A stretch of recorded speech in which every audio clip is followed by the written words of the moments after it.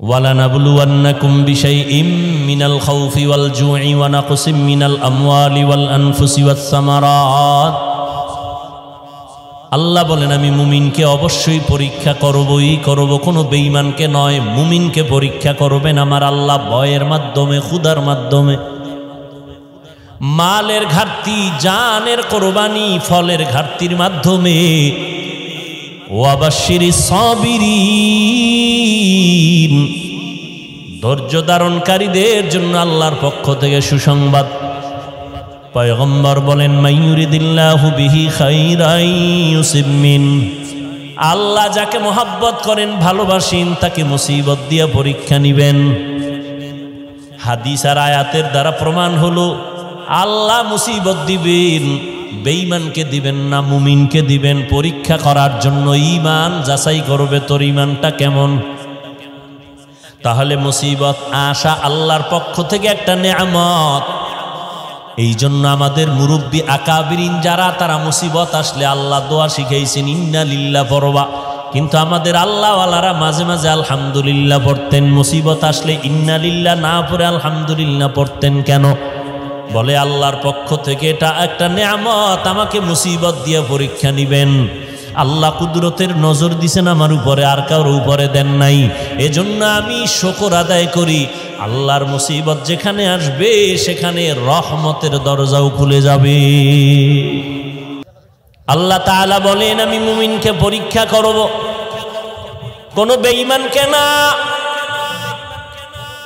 কারণ জান্নাত শুধু মুমিন পাবে, কোনো বেঈমান পাবে না।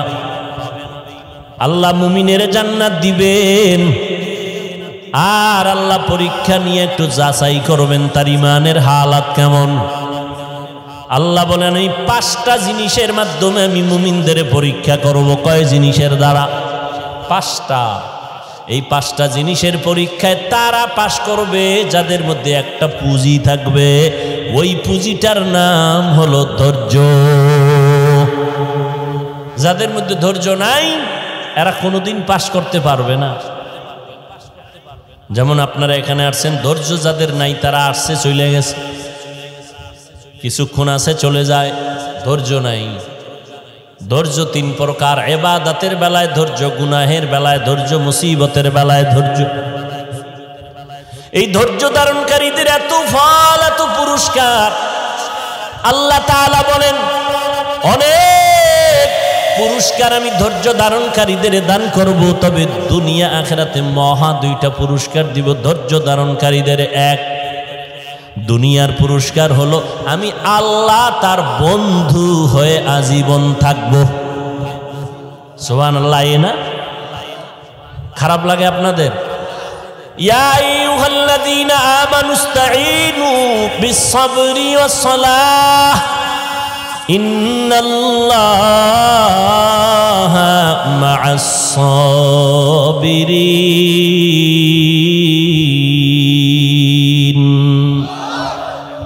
1 নম্বর পুরস্কার, আল্লাহ ধৈর্য ধারণকারীদের বন্ধু হয়ে থাকবেন দুনিয়ায়।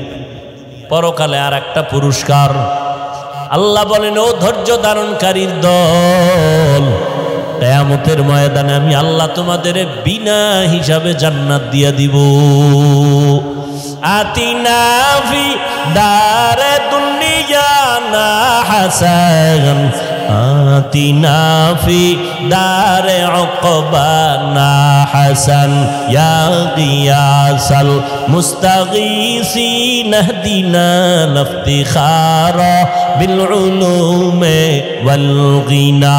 हर गोरी देने को तू तैयार है, जू न मांगे उससे तू बेजार है। দুনিয়ার পুরস্কার আল্লাহ তার বন্ধু হয়ে থাকবেন। আল্লাহ যদি আপনার বন্ধু হয়ে যান, আপনার কোনো পেরেশানি, কোনো টেনশন নাই। দেখছেন না মহামারী করোনা, গোটা দুনিয়াতে স্তব্ধ। যারা চেয়ারে বৈশা নিজেদের খোদা খোদা ভাব নিয়ে চলতেছিল, সারা দুনিয়ার খোদা ভাবওয়ালারাও থমকে গেছে। ব্যবসায়ীর ব্যবসা নাই, চাকরিজীবীর চাকরি নাই, স্কুল বন্ধ, কলেজ বন্ধ, ট্রেন বন্ধ, ব্যবসা বন্ধ, চাকরি বন্ধ, দোকান বন্ধ, বাস বন্ধ, সব বন্ধ। আল্লাহ আঙ্গুল দিয়ে দেখায় দিয়েছেন কোরআনের একটা মাদ্রাসাও বন্ধ হয় নাই। ইতিহাস ভুলে যায়ও না। আর ওই করোনার সময় মাস্ক লাগায়া জবানটারে আটকায়া রাখছি, একজনে ট্রিপল মাস্ক লাগাইছে করোনার ভয়, কিন্তু এরপরও যারে ধরছে মাস্কে ফিরাইতে পারছে। হ্যাঁ বাবা করোনায় আক্রান্ত হয়ে গেল, এর যুবক ইতিহাস যেন ভুলে না যাও। করোনায় বাবাকে আক্রান্ত করে ফেলেছে, ওই বাবার দুইটা কুলাঙ্গার শিক্ষিত শয়তান, দুইটা কুলাঙ্গার সন্তান শিক্ষিত। বাবারে যখন করোনায় ধুইরা ফেলাইল, টাকা দিয়া এলাকার গরিব ছেলেদের কয় আমার বাবার লাশটা রাস্তায় ফালায় দিয়ায়, রাস্তায় ফালায় দিছে। দরওয়াজা লক করলো, জানালা লক করে দিল। জানালা দিয়ে একবারও সন্তান তাকায় দেখলো না বাবার লাশটা কি কুত্তায় খাইল নাকি জানাজা হইল। কিন্তু জানো নিরে বাঙালি ওই ইতিহাসটা কেমন? ওই বাংলাদেশের শত শত করোনার লাশ আমার দেশের কিছু পুলিশ ভাইরা আর আমার দেশের সিংহবাগ ওলামায়ে কেরাম টুপিওয়ালারা ওই লাশগুলো কাঁধের মধ্যে নিয়েছেন, গোসল করাইছেন, কাফন পরাইছেন, জানাজা পরাইছেন, কবর খনন করে দাফন করাইছেন। ইতিহাস ভুলে যাইও না, শত শত লাশ দাফন করানোর পরেও একজন হুজুরেও করোনায় মরে না। ভাল লাগে না শুনতে? না আল্লাহ দেখায় দিয়েছেন হায়াতের মালিক আমার আল্লাহ। আমি আল্লাহ যদি আজরাইল পাঠাই তোর কোন মাকসে তোরে বাঁচাবে? বাংলাদেশের টাকার বালিশ বানায় ঘুমায় যমুনা গ্রুপের মালিক। করোনায় আক্রান্ত হইয়া আমার স্পেশাল ফ্লাইট দিয়া সিঙ্গাপুরে নিয়ে আমারে করোনার থেকে বাঁচাও, কত হাজার কোটি টাকা চাও নেও, টাকা দিয়াও বান্দা বাঁচতে পারে না। তিনটা সাদা কাফনের প্যাকেট হয়ে কবরে চলে গেছে। কথা ঠিক নি? এ দুনিয়া সারিয়া কোথায় যাইবা ভাগিয়া, এ দুনিয়া সারিয়া কোথায় যাইবা ভাগিয়া, মরণ তোমায় লইবে গিরি যতই করো বাহানা, মরণ তোমায় লইবে ঘিরি যতই করো বাহানা। চিন্তা করে দেখো না কবরে কি যাইবা না, যেই কবরে আল্লাহ সারা বন্ধু কেহ থাকবে না। চিন্তা করে দেখো না কবরে কি যাইবা না। এ দুনিয়ায় সবই পর, কবর যে তোর আসল ঘর। এ দুনিয়ায় সবই পর, কবর যে তোর আসল ঘর। কেমনে সেথায় থাকবি পরে শুধুই মাটির বিছানা, কেমনে সেথায় থাকবা পরে শুধুই মাটির বিছানা। চিন্তা করে দেখো না কবরে কি যাইবা না, যেই কবরে আল্লাহ সারা বন্ধু কেহ থাকবে না। চিন্তা করে দেখো না কবরে কি যাইবা না, চিন্তা করে দেখো না কবরে কি যাইবা না। মরণ থেকে যতই পালাও মরণ তোমায় নিবে ঘিরি। যদিও সুদূর আকাশ পানে লুকাও সেথায় লাগিয়ে সিঁড়ি। নদী পথে নৌকা চালাও ও মাঝি ভাই, বেলা ডোবার আগে আমি ওপার উঠতে চাই। ডুবে গেলে বেলারে আর উঠে না, ভেঙ্গে গেলে মেলারে আর জমে না। আল্লাহ পাক রব্বুল আলামিন বলেন আমি 5টা জিনিসের মাধ্যমে তোমাদের পরীক্ষা নিব। পাশ করার জন্য একটা পুঁজি লাগবে, কি? কোন? ধৈর্য ধারণ করা লাগবে। ধৈর্যের পরীক্ষায় যারা আগাবে তারা পাস, 5টা জিনিসের পরীক্ষার 1 নাম্বার পরীক্ষা, আল্লাহ যে জিনিস দিয়ে নিবেন এর নাম ভয়, মিনাল খাউফ। ইমাম শাফিঈ রহমাতুল্লাহ আলাইহি বলেন এখানে ভয় দ্বারা উদ্দেশ্য হলো আল্লাহর পক্ষ থেকে ভয়। ও সিরাজগঞ্জের মুসলমান, দাড়ি রাখলে আল্লাহ খুশি, দাড়ি রাখলে তোমার আত্মীয় স্বজনরা শালি দুলাবাই বেজার। এখন কি শালি দুলাবাইয়ের লজ্জার ভয়ে দাড়ি কাটবা নাকি আল্লাহর শাস্তির ভয়ে দাড়ি রাখবা? এখানে তোমার ইমানের পরীক্ষা। পর্দা করলে আমার আল্লাহ খুশি, পর্দা করলে তোমার আত্মীয় স্বজন বেজার। এখন আত্মীয় স্বজনের মন পাওয়ার জন্য তাদের গালাগালি শোনার ভয়ে কি তুমি পর্দা ছেড়ে দিবা নাকি আল্লাহর আযাবের ভয়ে পর্দা করবা? এটাই তোমার ইমানের পরীক্ষা। আল্লাহর পক্ষ থেকে ভয়, এই ভয়ের নাম হলো তাকওয়া। আর এক প্রকার ভয় হলো বান্দার পক্ষ থেকে ভয়। যেমন ফিলিস্তিনের জমিনে ইসরায়েলি জালেমরা ভয় দেখায় কয় এই জেরুজালেম বাইতুল মুকাদ্দাস তোমরা ছেড়ে চলে যাও, আমরা দখল করব। তোমাদেরকে ভয় দেখায় যদি না যাও তোমাদের মেরে ফেলবো, আগুনে পোড়ায় ফেলবো। মুসলমান ডাক দিয়া কয় আমরা তোরে ভয় পারি না, আমরা ভয় করি আমার আল্লাহর আযাব। বাইতুল্লাহ আল্লাহর ঘর, বাইতুল মাকদিসের কলিজার মধ্যে জায়গা দিয়েছি, কল্লা দিতে পারবো, ইমান দিতে পারবো না।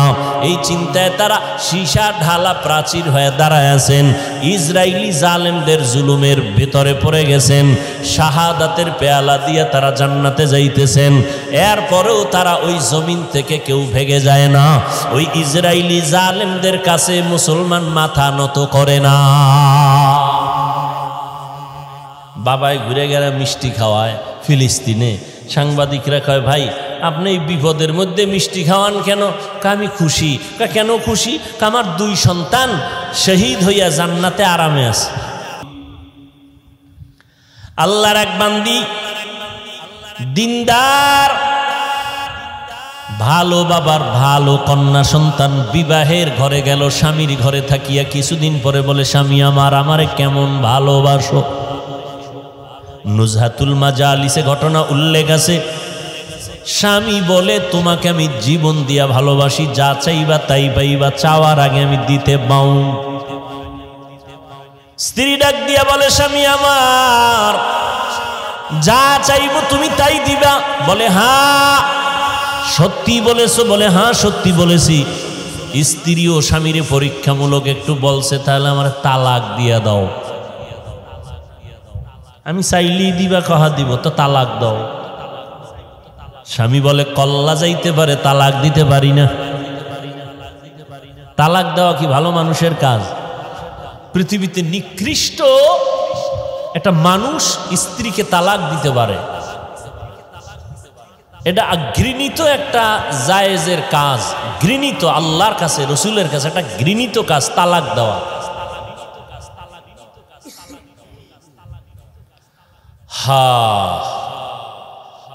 স্বামী তো আর তালাক দিবে না, স্ত্রী তো বলছে দাও, আর স্বামীর ওয়াদা দেওয়া যা চাবা তাই দিব। দুইজনের ভিতরে একটু তর্ক লেগে গেল, সমাধানের জন্য ওই জমানার নবীর কাছে রওনা। স্বামী আর স্ত্রী পথের মধ্যে গিয়া হঠাৎ স্ত্রী রাস্তার পার্শ্বে পড়ে গিয়া পাওটা ভেঙ্গে গেল, কান্না করে বলে ও আল্লাহ আমারে বাঁচাও। স্ত্রী স্বামীর হাতটা ধরে বলে নবীর দরবারে যাওয়া লাগবে না, চলো আমরা বাড়িতে চলে যাই। বাড়িতে যাইয়া স্ত্রী ডাক দিয়া কয় স্বামী আমি যে তালাক চাইছিলাম কথাটা ফিরাইয়া নিলাম, মাফ করে দাও। স্বামী বলে তালাক চাইলা কেন, চাওয়ার পরে ফিরাইয়া নিলা কেন? স্ত্রী ডাক দিয়া কয় স্বামী আমার রহমতের নবীর হাদিস শুনাইছো তুমি। কি হাদিস? আল্লাহ যারে মোহাব্বত করেন তাকে মুসিবত দিয়া পরীক্ষা নেন। তোমার ঘরে আসছি, যতদিন আমি সংসার করছি কোনো মুসিবত আসে নাই। বুঝলাম যেখানে মুসিবত নাই সেখানে আল্লাহর রহমত নাই, আমিও সেখানে থাকতে চাই না বলে তালাক চাইছি। রাস্তার মাঝে যখন দেখলাম হঠাৎ তুমি রাস্তায় পড়ে গেছো, পাও ভেঙে গেছে, কান্না তোমার শুরু, আফসোস শুরু হয়ে গেছে, আল্লাহকে ডাকতেছ। মুসিবত যখন আসছে রহমত চলে আসছে। আল্লাহর রহমত যেখানে আছে আমি বান্দিও সেখানে আছি। আর আমরা হালকা মুসিবতে পড়লে চকিদার থেকে গালি শুরু, সরকারের পরে আল্লাহরে পর্যন্ত গালি দেয়। দেখেন না, একটু কামাই রুজিতে ঝামেলা, দৌড়ে গেছে ডক্টর ইউনূসের আব্বা কইয়া হারাম টাকার লোন উঠে একটা চায়ের দোকান দিবে, লোন উঠায়, লোন এনজিওদের কাছে যায়। এরপরে কি হয়, মাইয়াও শান্তি নাই, বউও শান্তি নাই, সন্তানেরা শান্তিতে নাই, মরার পরে কিস্তি আদায় করতে পারে নাই, সবাই যে সামনে দাঁড়ায়, লাশ কবরে রাখার আগে কিস্তি দাও। কেউ শান্তিতে নাই। এক আল্লাহর বান্দা কাঁদতেছেন আমার সামনে, কিছু টাকা আমি লোন আনছিলাম, কিস্তি দিতে পারি না, একটা গাড়ি কিনছিলাম, ভ্যান রিক্সা, এটা ভাঙ্গে চুরা অ্যাক্সিডেন্ট হয়ে গেছে বা চুরি হয়ে গেছে, কিস্তি দিতে পারি না। ওই পাওনাদার কুলাঙ্গারেরা আইসা আমার উপযুক্ত মেয়েটাকে মারলো, স্ত্রীকে মারছে। এর থেকে মইরে যাওয়া ভালো না? যে আমার অপরাধের কারণে আমার আল্লাহ মাফ করুন, আমার মেয়েকে মারবে, আমার স্ত্রীকে গায়ে হাত তুলবে, তাও নাপাক হাত, সুদখোরের হাত, ঘুষখোরের হাত আমার স্ত্রীর গায়ে লাগবে। নাউযু বিল্লাহি মিন যালিক। আমি এত খারাপ পুরুষ? সুদেই লোভে পাপ, পাপে মৃত্যু। কই আমাকে হুজুর বাদ দেন না, RAB, army, police, BDR, doctor, professor, ব্যবসায়ী, চাকরিজীবীরা 1 টাকাও হারাম খায় না, এমন লোক নাই? তা আপনি কেন পারেন না? আপনার জিব্বাটা কুত্তার মতো বের হয়ে গেল কেন? বেশি খাইতে চান, মাওলায় না খাওয়াইলে খাইবেন কেমন?